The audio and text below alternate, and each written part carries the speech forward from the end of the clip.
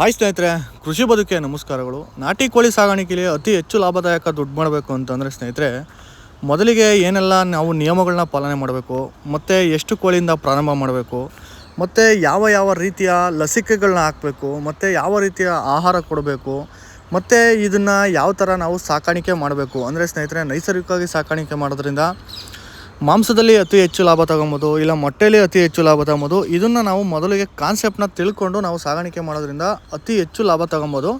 ಇದನ್ನು ತಿಳ್ಕೊಂಡಿಲ್ಲ ಅಂದರೆ ಭಾಳ ಅನಾಹುತಕ್ಕೀಡಾಗುತ್ತೆ. ಮತ್ತು ಇದನ್ನು ಮಳೆಗಾಲದಲ್ಲಿ ಹೇಗೆ ನಾವು ಸಾಕಾಣಿಕೆ ಮಾಡಬೇಕು, ಮತ್ತು ಇದನ್ನು ಹೇಗೆ ರಕ್ಷಣೆ ಮಾಡಬೇಕು, ಮತ್ತು ಈಗ ಒಂದು ದಿನ ಮರಿಗಳನ್ನ ಹೇಗೆ ರಕ್ಷಣೆ ಮಾಡಬೇಕು, ಮತ್ತು ಒಂದು ತಿಂಗಳು ಮರಿಗಳನ್ನ ಹೇಗೆ ರಕ್ಷಣೆ ಮಾಡಬೇಕು, ಮತ್ತು ಈಗ ಇದನ್ನು ಹೇಗೆ ರಕ್ಷಣೆ ಮಾಡಿ ಮತ್ತು ಹೇಗೆಲ್ಲ ಮಾರಾಟ ಮಾಡಬೇಕು ಅಂತೇಳಿ ತುಂಬ ಜನಕ್ಕೆ ಕುತೂಹಲಕಾರಿ ವಿಚಾರ ಸ್ನೇಹಿತರೆ. ಹಾಗಾಗಿ ಸ್ನೇಹಿತರೆ, ಈಗ ನೇರ ಮಾಹಿತಿನ ನಿಮಗೆ ತಲುಪಿಸೋ ಉದ್ದೇಶ ನಮ್ಮದಾಗಿದೆ. ಹಾಗಾಗಿ ಇನ್ನೂ ಯಾರ್ಯಾರು ನಮ್ಮ ಚಾನಲ್ಗೆ ಸಬ್ಸ್ಕ್ರೈಬ್ ಆಗಿಲ್ಲ, ಸಬ್ಸ್ಕ್ರೈಬ್ ಮಾಡ್ಕೊಳ್ಳಿ, ಸಪೋರ್ಟ್ ಮಾಡ್ಕೊಳ್ಳಿ ಸ್ನೇಹಿತರೆ. ಮೊದಲಿಗೆ ಈಗ ಯಾರೆಲ್ಲ ನಾಟಿ ಕೋಳಿ ಸಾಗಾಣಿಕೆ ಪ್ರಾರಂಭ ಮಾಡ್ತೀರಾ ಅಂದರೆ ಸ್ನೇಹಿತರೆ, ಈ ನಡುವೆ ಗ್ರಾಮೀಣ ಪ್ರದೇಶಗಳಲ್ಲಿ ನಮ್ಮ ರೈತರು ಒಂದು ಕೃಷಿಗೆ ಉಪಕಸುಬನಾಗಿ ಅತಿ ಹೆಚ್ಚು ಜನ ಈ ನಾಟಿ ಕೋಳಿ ಸಾಗಾಣಿಕೆ ಪ್ರಾರಂಭ ಮಾಡ್ತಾಯಿದ್ದಾರೆ ಸ್ನೇಹಿತರೆ. ಅಂಥವರೆಲ್ಲ ಹೇಗೆಲ್ಲ ಪ್ರಾರಂಭ ಮಾಡಬೇಕು, ಎಷ್ಟರಿಂದ ಪ್ರಾರಂಭ ಮಾಡಿದ್ರೆ ಅತಿ ಹೆಚ್ಚು ಲಾಭ ತಗೊಬೋದು ಅಂತೇಳಿ ತುಂಬ ಜನಕ್ಕೆ ಕನ್ಫ್ಯೂಸ್ ಇರುತ್ತೆ ಸ್ನೇಹಿತರೆ. ನಮ್ಮ ರೈತರು ಈಗ ಈ ಗ್ರಾಮೀಣ ಪ್ರದೇಶಗಳಲ್ಲಿ ಈಗ ಏನಾದರೂ ಒಂದು ಹೈನುಗಾರಿಕೆ ಮಾಡ್ತಾ ಇದ್ದಾರೆ ಅಂದರೆ ಸ್ನೇಹಿತರೆ, ಇದನ್ನು ಒಂದು ಅಂದರೆ ಕೃಷಿಗೆ ಒಂದು ಮೂಲ ಕಸುಬನಾಗಿ ಇದನ್ನು ಆಯ್ಕೆ ಮಾಡ್ಕೊಂಡಾಗ ಹೇಗೆಲ್ಲ ಲಾಭ ತಗೊಬೋದು ಅಂದರೆ ಸ್ನೇಹಿತರೆ, ಆಹಾರದಲ್ಲಿ ಸ್ನೇಹಿತರೆ ನಾವು ನೈಸರ್ಗಿಕವಾಗಿ ಅಂದರೆ ಸ್ನೇಹಿತರೆ ಯಾವುದೇ ಅಂದರೆ ಅತಿ ಹೆಚ್ಚು ಬಂಡವಾಳ ಹಾಕಿ ನಾವು ತಂದು ಕೊಡುವಂಥ ಆಹಾರ ಪದ್ಧತಿ ಏನಿರಲ್ಲ ಸ್ನೇಹಿತರೆ. ನಾಟಿ ಕೋಳಿಗೆ ಪ್ರತಿಯೊಂದು ವೇಸ್ಟೇಜ್ನಾರು ತಿಂದು, ಇಲ್ಲಾಂದರೆ ನೀವು ಇಲ್ಲಿ ನೋಡ್ತಿರುವಂತಹ ಮುಸ್ರೆ ಆಗಿರ್ಬೋದು, ಇಲ್ಲ ಅಂತಂದರೆ ತರಕಾರಿಗಳಾಗಿರ್ಬೋದು, ಇಲ್ಲ ಅಂತಂದರೆ ತೋಟದಲ್ಲಿ ಬಿಟ್ಟರೆ ನೈಸರ್ಗಿಕ ಮೇಯ ಅಂತ ಆಹಾರ ಸಹ ನಾಟಿ ಕೋಳಿ ಹುಡುಕುತ್ತೆ ಸ್ನೇಹಿತರೆ. ಹಾಗಾಗಿ ನಾಟಿ ಕೋಳಿ ಸಾಗಾಣಿಕೆ ಮಾಡೋಕ್ಕೆ ತುಂಬ ಜನ ಈಗ ಅವಲಂಬನೆ ಆಗ್ತಾಯಿದ್ದಾರೆ ಸ್ನೇಹಿತರೆ. ಇವರೆಲ್ಲ ಮಾಡ್ತಿರೋ ತಪ್ಪೇನು ಅಂದರೆ ಸ್ನೇಹಿತರೆ, ಈಗ ಉತ್ತಮ ತಳಿನ ಹೇಗೆ ಆಯ್ಕೆ ಮಾಡ್ಕೊಬೇಕು, ಮತ್ತು ಇದನ್ನು ಹೇಗೆ ದಿನನಿತ್ಯ ಇದನ್ನು ಸಂಭಾವನೆ ಅಂದರೆ ಸ್ನೇಹಿತರೆ, ಇದನ್ನು ಬೆಳಗಿಂದ ಸಂಜೆವರೆಗೂ ಹೇಗೆಲ್ಲ ಅದನ್ನು ನಿರ್ವಹಣೆ ಮಾಡ್ಕೊಬೇಕು ಅನ್ನೋದು ತುಂಬ ಜನಕ್ಕೆ ಗೊತ್ತಿರಲ್ಲ. ಮತ್ತು ಮರಿಗಳನ್ನ ಅಂದರೆ ಮಾರ್ಟಿಲಿಟಿ ಅಂದರೆ ಡೆತ್ ಆಗೋ ಸಂಭವನೂ ಇರ್ತದೆ ಸ್ನೇಹಿತರೆ, ಕರೆಕ್ಟಾಗಿ ಅದನ್ನು ಮೇಂಟೈನ್ ಮಾಡಲಿಲ್ಲ ಅಂದರೆ. ಅಂಥವರೆಲ್ಲ ಏನು ಮಾಡಬೇಕು ಅಂದರೆ ಸ್ನೇಹಿತರೆ, ಈಗ ನೀವು ಒಂದು ತಿಂಗಳು ಮರಿ ಇಲ್ಲ ಒಂದು ದಿನ ಮರಿನ ತಂದಾಗ ಈಗ ಒಂದು 300 ತರ್ತೀರಾ, ಇಲ್ಲ ಸ್ಟಾರ್ಟಿಂಗ್ ಯಾರ್ಯಾರು ಸ್ಟಾರ್ಟಿಂಗು ಪ್ರಾರಂಭ ಮಾಡೋರೆಲ್ಲ ಸ್ನೇಹಿತರೆ ಒಂದು 100, 200, 300 ಈ ಥರದ್ದು ತಂದರೆ ಭಾಳ ಒಳ್ಳೆಯದು ಸ್ನೇಹಿತರೆ. ಏನಕ್ಕೆ ಅಂದರೆ ಫಸ್ಟು ಒಂದು ಅನುಭವ ಆಗಲಿ, ಅದರಲ್ಲಿ ನೀವು ವ್ಯಾಕ್ಸಿನ್ ಬಗ್ಗೆ ತಿಳ್ಕೊಳ್ಬೋದು, ಮತ್ತು ಬ್ರೀಡಿಂಗು ಎಷ್ಟು ದಿನ ಯಾವ ಥರ ಅದನ್ನು ಶಾಖದಲ್ಲಿ ಇಡಬೇಕು ಅನ್ನೋದು ಅದನ್ನು ಒಂದು ಸ್ವಲ್ಪ ಕಾನ್ಸೆಪ್ಟನ್ನ ಮೊದಲು ನೀವು ತಿಳ್ಕೊತೀರಾ. ಆದಷ್ಟು ನಮ್ಮ ರೈತರುಗಳು ದಯವಿಟ್ಟು ಯಾರು ಒಂದು ದಿನ ಮರಿಗಳನ್ನ ತರಕ್ಕೆ ಹೋಗಬೇಡಿ. ಏನಕ್ಕೆ ಅಂದರೆ ನಿಮಗೆ ಅನುಭವ ಇರಲ್ಲ, ಮತ್ತು ಏನಾಗುತ್ತೆ ಡೆತ್ ಆಗೋ ಸಂಭವನೂ ಇರ್ತೈತೆ. ಮತ್ತು ಅದನ್ನು ತಿಂಗಳಂಗಟ್ಲೆ ನಾವು ಶಾಖದಲ್ಲಿ ಇಡಬೇಕು. ಮತ್ತು ಫಿಶ್ ಸ್ಟಾರ್ಟ್ರು ಅಂತೇಳಿ ಹಲವಾರು ರೀತಿಯ ಅಂತಹ ನಾವು ಫೀಲ್ಡ್ನ ಕೊಡಬೇಕು. ಮತ್ತು ಏನು ಮಾಡಬೇಕು ಅಂತಂದರೆ 3 ವ್ಯಾಕ್ಸಿನೇಷನ್ ಹಾಕ್ಬೇಕಾದ ಸ್ನೇಹಿತರೆ. ಹಾಗಾಗಿ ರೈತರುಗಳು ಏನು ಮಾಡಬೇಕು, ಒಂದು ತಿಂಗಳು ಮರಿ ಮೇಲೆ ಯಾರಾದರೂ ಅಂದರೆ 1 ತಿಂಗಳು 2 ತಿಂಗಳು ಇಲ್ಲ ಅಂತಂದರೆ ಅರ್ಧ kg ಮರಿ ಈ ಥರನ ಮರಿನ ನೀವು ತಗೊಂಡಾಗ ಏನಾಗುತ್ತೆ ಸ್ನೇಹಿತರೆ, ಯಾವುದೇ ಥರ ನಿಮಗೆ ಅಂದರೆ ಸಾವಾಗ ಸಂಭವ ಇರಲ್ಲ. ಏನಕ್ಕೆ ಅಂದರೆ 3 ವ್ಯಾಕ್ಸಿನೇಷನ್ ಕಂಪ್ಲೀಟ್ ಮಾಡಿರ್ತಾರೆ, 1 ತಿಂಗಳು ಅದನ್ನು ಬ್ರೀಡಿಂಗ್ ಮಾಡಿರ್ತಾರೆ. ಹಂಗಾಗಿ ನಿಮಗೆ ಯಾವುದೇ ಥರ ಸಮಸ್ಯೆಗಳು ಬರಲ್ಲ. ಹಾಗಾಗಿ ನೀವೇನು ಮಾಡಬೇಕು ಅಂತಂದರೆ, ಈ ಆಯ್ಕೆ ಮಾಡ್ಕೊಂಡಾಗೆ ನೀವು 1 ತಿಂಗಳು ಮರಿನ ಆಯ್ಕೆ ಮಾಡ್ಕೊಂಡ್ರೆ ತುಂಬ ಒಳ್ಳೆಯದು ಸ್ನೇಹಿತರೆ. 1 ತಿಂಗಳು ಮರಿಗೆ ನೀವು ತಗೊಂಡು ಬಂದು ಆರಾಮಾಗಿ ನಿಮ್ಮ ಜಾಗಕ್ಕೆ ಸೆಟ್ ಮಾಡೋದು ಹೇಗೆ ಅಂತಂದರೆ ಸ್ನೇಹಿತರೆ, ಈಗ ತುಂಬ ಜನ ಏನು ಮಾಡ್ತಾರೆ, ನಾಟಿ ಕೋಳಿ ಅಲ್ವಾ ತಗೊಂಡೋಗಿ ತೋಟದಲ್ಲೋ ಇಲ್ಲಾಂದರೆ ನಮ್ಮ ಮನೆ ಇದು ಶೆಡ್ ಐತೆ ಅಲ್ಲಿ ಬಿಟ್ಟರೆ ಸಾಕು ಮೇಯ್ಕೊಂತವೆ ಅಂತೇಳಿ ತುಂಬ ಜನಕ್ಕೆ ಅಂತಂದರೆ ಈ ಥರ ಕಾನ್ಸೆಪ್ಟು ಭಾಳ ಜನ ರೈತರಿಗಿರುತ್ತೆ. ಆಮೇಲೆ ಈಗ ಯಾರ್ಯಾರು ಈಗ ಹೊಸ್ದಾಗಿ ಮಾಡ್ತಿದ್ರೆ ಅಂಥವ್ರಿಗೆ ಈ ಥರ ಮೈಂಡ್ಸೆಟ್ ಇರುತ್ತೆ ಸ್ನೇಹಿತರೆ. ಅದೆಲ್ಲ ತಪ್ಪು. ನೀವು ಮೊದಲಿಗೆ ಏನು ಮಾಡಬೇಕು, ನಾಟಿ ಕೋಳಿನ 1 ತಿಂಗಳು ಮರಿ ನೀವು ತಗೊಂಬಂದಾಗ ಸ್ವಲ್ಪ ಅದು ಏನಾಗುತ್ತೆ ಅಂದರೆ ಸುಸ್ತಾಗಿರುತ್ತೆ. ಈಗ ಒಂದು ಕಡೆಯಿಂದ ಮತ್ತೊಂದು ಕಡೆಗೆ ಹೋದಾಗ ನಮಗೆ ಹೇಗೆ ಆಯಾಸ ಆಗುತ್ತೋ ಅದೇ ಥರ ಈಗ ಒಂದು ಫಾರಮಿಂದ ಇನ್ನೊಂದು ಫಾರಮ್ ಬಂದಾಗ ಏನಾಗುತ್ತೆ, ಆಯಾಸ ಅನ್ನೋದು ಹೆಚ್ಚಿರ್ತಿದೆ.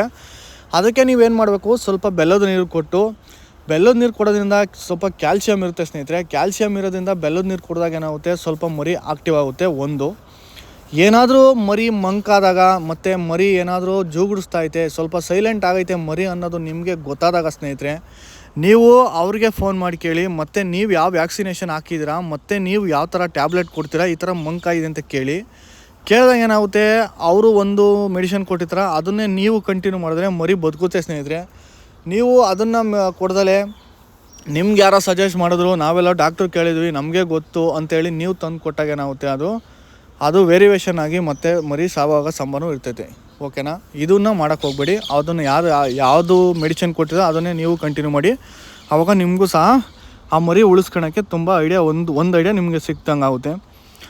ಮತ್ತು ಏನು ಮಾಡಬೇಕು ಸ್ನೇಹಿತರೆ, ಇದಕ್ಕೆ ಆದಷ್ಟು ನೀವು 1 ತಿಂಗಳು ಮರಿನ ನಿಮ್ಮ ಜಾಗಕ್ಕೆ ಸೆಟ್ ಮಾಡಬೇಕು ಅಂದರೆ ಆದಷ್ಟು ಈ ಥರ ನೈಸರ್ಗಿಕವಾಗಿ ಆಹಾರನ ಕೊಟ್ಟು, ಮತ್ತು ಈ ಥರ ನೀವು ಬಿಸಿಲಿಗೆ ಬಿಟ್ಟು, ಈ ಥರ ನೀವು ಪೆನ್ಸಿಲ್ ಮಾಡ್ಕೊಂಡು ಇದನ್ನು ನೋಡ್ಕೊಂಡು 1 ಅವರ್ 2 ಅವರ್ ಡೈಲಿ 2 ಅವರ್ ಆಚೆ ಬಿಡಲೇವೆ. ಅಂದರೆ ಬೆಳಿಗ್ಗೆ ಒಂದು 2 ಅವರ್ ಸಂಜೆ 2 ಅವರ್ ಈ ಥರ ಬಿಟ್ಟು ಇದನ್ನು ನಿಮ್ಮ ಮರಿಗಳ್ನ ನಿಮ್ಮ ಫಾರಮ್ ಈಗ ನಾವು ನೋಡಿದ್ರಲ್ಲ, ಈಗ ನೀವು ಏನು ವೀಡಿಯೋದಲ್ಲಿ ನೋಡ್ತಿದ್ದೀರಾ, ಈ ಥರ ನಾವು ಹೇಗೆ ಮರಿಗಳ್ನ ಸೆಟ್ ಮಾಡಿದ್ದೀವೋ ಈ ಥರ ನೀವು ಸೆಟ್ ಮಾಡಿದಾಗ ಏನಾಗುತ್ತೆ, ನಿಮ್ಮ ಫಾರಮ್ಗೆ ಸೆಟ್ ಆಗುತ್ತೆ. ಮತ್ತು ಯಾವುದೇ ಥರ ವೈರಸ್ಗಳು ಸಹ ಅಂದರೆ ಒಳಗೆ ಕೂಡ ಹಾಕಿದ್ರೆ ಅತಿ ಹೆಚ್ಚು ವೈರಸ್ ಆಗೋ ಸಂಭವ ಇರ್ತೈತೆ ಸ್ನೇಹಿತರೆ. ಏನಕ್ಕೆ ಅಂದರೆ ಒಂದು ಜಾಗದಿಂದ ಒಂದು ಜಾಗಕ್ಕೆ ಬಂದಿರ್ತೈತೆ, ಹಂಗಾಗಿ ಭಾಳ ಕಷ್ಟ ಇರ್ತೈತೆ. ನೀವು ಆದಷ್ಟು ಶೆಡ್ಡಿಂದ ಆಚೆ ಅಂದರೆ ತಂದಿನಿಂದನೂ ಆಚೆ ಬಿಸಿಲಿಗೆ ಬಿಡೋಕ್ಕೆ ಟ್ರೈ ಮಾಡಿ. 1 ತಿಂಗಳು ಮರಿನ ಆಚೆ ಬಿಡೋದ್ರಿಂದ ಯಾವುದೇ ಥರ ಸಮಸ್ಯೆ ಆಗೋಲ್ಲ. ಏನಕ್ಕೆ ಅಂತಂದರೆ ಅದು ಬ್ರೀಡಿಂಗ್ದು ಎಲ್ಲ ಕಂಪ್ಲೀಟ್ ಆಗಿರುತ್ತೆ. 1 ತಿಂಗಳು ಬಿಡೋದ್ರಿಂದ ಯಾವುದೇ ಥರ ಸಮಸ್ಯೆ ಆಗೋಲ್ಲ. ನೀವು ಆಚೆ ಬಿಟ್ಬಿಟ್ರೆ ನೋಡಿ ಈ ಥರ ಲವಲವಿಕೆ ಇರುತ್ತೆ ಸ್ನೇಹಿತರೆ.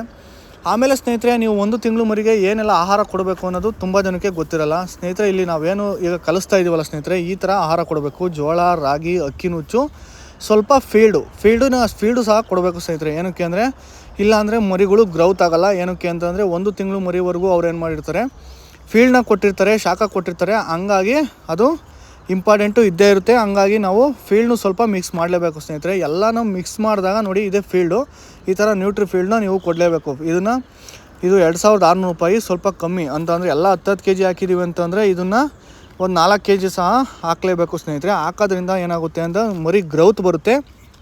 ವಿತ್ ಏನಾಗುತ್ತೆ ಅಂತಂದರೆ ಈಗ ಅವರು ಫೀಲ್ಡ್ ಕೊಟ್ಟಿರೋದ್ರಿಂದ ಇದು ಜೋಳ, ರಾಗಿ ಜೊತೆಗೆ ಈ ಫೀಲ್ಡ್ ತಿನ್ನೋದ್ರಿಂದ ನಮಗೆ ಅತ್ಯುತ್ತಮವಾಗಿ ಇಳುವರಿ ಬೇಗ ಅಂದರೆ ಗ್ರೌತ್ ಬೇಗ ಬರುತ್ತೆ. ಯಾವುದೇ ಥರ ಸಮಸ್ಯೆಗಳಿಗೆ ಒಳಗಾಗಲ್ಲ ಸ್ನೇಹಿತರೆ. ಆಮೇಲೆ ನೀವು ಆಚೆ ಬಿಟ್ಟಾಗೂ ಅಷ್ಟೇ ಸ್ನೇಹಿತರೆ, ರೆಗ್ಯುಲರ್ ಏನು ಮಾಡಬೇಕು ಅಂತಂದರೆ ಮೊಸರೆ ಆಗಿರ್ಬೋದು, ಇಲ್ಲ ತರಕಾರಿಗಳಾಗಿರ್ಬೋದು, ಇಲ್ಲ ನಿಮ್ಮ ತೋಟದಲ್ಲಿ ಸಿಗುವಂಥ ಬಾಳೆದಿಂಡು, ನುಗ್ಗೆ ಸೊಪ್ಪು, ಈ ಥರ ಸ್ವಲ್ಪ ಆಹಾರಗಳನ್ನ ಕೊಡಬೇಕು ಸ್ನೇಹಿತರೆ. ಆಮೇಲೆ ಸ್ವಲ್ಪ ಮಳೆಗಾಲ ಹೆಚ್ಚಾದಾಗ ಇದನ್ನು ಹೇಗೆ ರಕ್ಷಣೆ ಮಾಡಬೇಕು ಅಂದರೆ, ಮಳೆಗಾಲ ಬಂದಾಗ ಈಗ ತುಂಬ ಜನ ಈಗ ಕಂಪ್ಲೇಂಟ್ ಹೇಳ್ತಿರೋದು ನಮ್ಮ ಜೂಗಿಸ್ತಾ ಇದ್ದಾವೆ, ಸತ್ತೋಗ್ತಿದ್ದಾವೆ ಅಂತ ಹೇಳ್ತಿದ್ದೀರಾ ಸ್ನೇಹಿತರೆ. ಏನಾದರೂ ಮಂಕ್ ಆಗ್ತಾಯಿದೆ ಅಂತಂದರೆ ನೀವು ಆದಷ್ಟು ಸ್ವಲ್ಪ ಇವಕ್ಕೆ ನಾಟಿ ಮದ್ದು ಅಂದರೆ ಸ್ನೇಹಿತರೆ, ಈಗ ನಾವು ಕುಡಿಯುವಂಥ ಡ್ರಿಂಕ್ಸ್ ಇರ್ಬೋದು, ಈ ಡ್ರಿಂಕ್ಸ್ನ ಅಂತಂದರೆ ತುಂಬ ಬ್ರ್ಯಾಂಡ್ ಇದೆ. ಬ್ರ್ಯಾಂಡ್ ಹೆಸರೆಲ್ಲ ಹೇಳೋಕ್ಕೆ ಹೋಗಲ್ಲ. ಈಗ ಯಾವುದಾದ್ರೂ ಅಲ್ಲಿ ಗೊತ್ತಿರೋ ಅಂಥವ್ರಿಗೆ, ನಿಮಗೆ ಹೆಂಗೆ ಗೊತ್ತಿರೋ ಅಂಥ ಬೇರೆ ಫಾರಮ್ನವ್ರನ್ನ ವಿಚಾರಿಸಿದ್ರೆ ಅವರು ನೇರವಾಗಿ ನಿಮಗೆ ಯಾವ್ದು ಹಾಕಬೇಕು ಅಂತ ಹೇಳ್ತಾರೆ. ಈಗ ಆ ಥರ ನೀವು ರಮ್ ಹಾಕೋದ್ರಿಂದನೂ ತುಂಬ ಒಳ್ಳೆಯ ಸ್ನೇಹಿತರೆ. ಏನಕ್ಕೆ ಅಂತಂದರೆ ಈ ನೆಗಡೆ ಇರ್ಬೋದು, ಇಲ್ಲ ಅಂತಂದರೆ ಯಾವುದೇ ಕಾಯಿಲೆಗಳಿರ್ಬೋದು, ಈ ಥರ ಇದ್ದಾಗ ಏನಾಗುತ್ತೆ ಅಂತಂದರೆ ಮಳೆಗಾಲದಲ್ಲಿ ಕೊಡೋದ್ರಿಂದ ಕೋಳಿ ಅಂತಂದರೆ ಬೆಚ್ಚಗೆ ಅಂದರೆ ಸ್ನೇಹಿತರೆ ಸ್ವಲ್ಪ ಆಕ್ಟಿವ್ ಆಗೋಕ್ಕೆ ಭಾಳ ಮುಖ್ಯ ಆಗ್ತೈತೆ. ನೀವು ಆದಷ್ಟು ಒಂದು ಸ್ವಲ್ಪ ಯಾವುದಾದ್ರೂ ಡ್ರಿಂಕ್ಸ್ನ ವಾರಕ್ಕೆ 1 ದಿನ ಇಲ್ಲ 15 ದಿನಕ್ಕೆ 1 ದಿನ ಸ್ವಲ್ಪ ಅಂದರೆ ನೀವು ಕ್ರೇಟಲ್ಲಿ 1 ಲೀಟ್ರ್ ನೀರಿಗೆ ಸ್ವಲ್ಪ ಒಂದು 20 ml 30 ml ಈ ಥರದ್ದು ಎಲ್ಲಾದರೂ ಅಂದರೆ ಸ್ನೇಹಿತರೆ, ನೀವು ಕ್ರೇಟ್ ಇರುತ್ತಲ್ಲ, ಕ್ರೇಟ್ಗೆ ನೀರಿಗೆ ಒಂದೊಂದು ಅರ್ಧ ಲೀಟ್ರ್ ನೀರಿಗೆ ಅಷ್ಟು ಹಾಕಿದ್ರೆ ಆರಾಮಾಗಿ ಕುಡ್ಕೊಳುತ್ತೆ. ಮತ್ತು ಯಾವುದೇ ಥರ ಕಾಯಿಲೆಗಳು ಸಹ ಇರಲ್ಲ. ನೀವು ಇಲ್ಲಿ ನೋಡ್ತಿರೋವಂತಹ ಲವಲವಿಕೆಯಿಂದ ಇರುವಂತಹ ಮರಿಗಳ್ನ ಈ ಥರ ಮೇಂಟೈನ್ ಮಾಡಬೇಕು ಅಂದರೆ ಭಾಳ ಕಷ್ಟ ಸ್ನೇಹಿತರೆ. ಅದಕ್ಕೆ ಹೇಳ್ತೀನಿ, ನೀವು ಸಹ ಈ ಥರ ಮೇಂಟೈನ್ ಮಾಡಬೇಕು ಅಂದರೆ ನಾನು ಏನೇನು ಹೇಳ್ತಾ ಇದ್ದೀನಲ್ಲ ನಿಯಮಗಳನ್ನ ನೀವು ಪಾಲನೆ ಮಾಡಲೇಬೇಕು. ಪಾಲನೆ ಮಾಡಿದಾಗ ಏನಾಗುತ್ತೆ ಅಂತಂದರೆ ಈ ಥರ ಲವಲವಿಕೆಯಿಂದ ಇರುತ್ತೆ. ಮತ್ತು ನಿಮ್ಮ ಕೋಳಿಗಳು ಯಾವುದೇ ಥರ ಸಾವಾಗಕ್ಕೂ ಸಹ ಕಾರಣ ಯಾವುದೂ ಸಹ ಬರೋಲ್ಲ ಸ್ನೇಹಿತರೆ. ಆಮೇಲೆ ಸ್ನೇಹಿತರೆ, ನೀವೇನು ಮಾಡಬೇಕು ಅಂತಂದರೆ ಮಾರಾಟ ಮಾಡುವಾಗ ಸ್ವಲ್ಪ ಈಗ ಮಾರಾಟದ ಬಗ್ಗೆ ಹೇಗೆ ಮಾಡೋದು ಅಂತೇಳಿ ತುಂಬ ಜನ ಯುವಕರಿಗೆ ಕನ್ಫ್ಯೂಸು. ತರ್ಬೋದು, ಸಾಕ್ಬೋದು, ಎಲ್ಲ ಮಾಡ್ಬೋದು, ಆದರೆ ಮಾರಾಟ ಕಷ್ಟ ಅಂತ ಹೇಳುತ್ತೆ. ಆದಷ್ಟು ನೀವು ಮಾಂಸದ ಅಂಗಡಿಗಳಿಗೆ ಇಲ್ಲ ಲೋಕಲಲ್ಲಿ ಕೊಡೋಕ್ಕೆ ಟ್ರೈ ಮಾಡಿ ಸ್ನೇಹಿತರೆ. ಏನಕ್ಕೆ ಅಂದರೆ ಲೋಕಲಲ್ಲಿ ಮಾರೋದ್ರಿಂದ ಅತಿ ಹೆಚ್ಚು ಲಾಭ ಸಿಗುತ್ತೆ. ಆಮೇಲೆ ಮತ್ತು ಏನಾದರೂ ಮೊಟ್ಟೆಗಳನ್ನ ನೀವು ಲೋಕಲಲ್ಲೇ ಮಾರ್ಕೊಂಡ್ರೆ ತುಂಬ ಲಾಭ ಅಂತಲೂ ನಾನು ಹೇಳ್ಬೋದು ಸ್ನೇಹಿತರೆ. ಏನಕ್ಕೆ ಅಂತಂದರೆ ಈಗ 15 - 20 ರೂಪಾಯಿ ಮಾರ್ಬೋದು. ಇಲ್ಲ ಮಾಂಸಕ್ಕೆಲ್ಲ 280, 300, 350 ರೂಪಾಯಿ ಸಹ ಮಾರ್ಕೊಬೋದು. 330 ಹೋಲ್ಸೇಲಾಗಿ ತಗೊಂಡವ್ರು ತುಂಬ ಜನ ಇದ್ದಾರೆ. ಆ ಥರ ನೀವು ಮಾರಾಟ ಮಾಡಿದ್ರೆ ಅತಿ ಹೆಚ್ಚು ಲಾಭ ತಗೊಬೋದು. ಹಾಗೆ ಮೊದಲಿಗೆ ಪ್ರಾರಂಭ ಮಾಡೋರು 100 ಇಂದ ಪ್ರಾರಂಭ ಮಾಡಿದ್ರೆ ತುಂಬ ಒಳ್ಳೆಯ ಸ್ನೇಹಿತರೆ.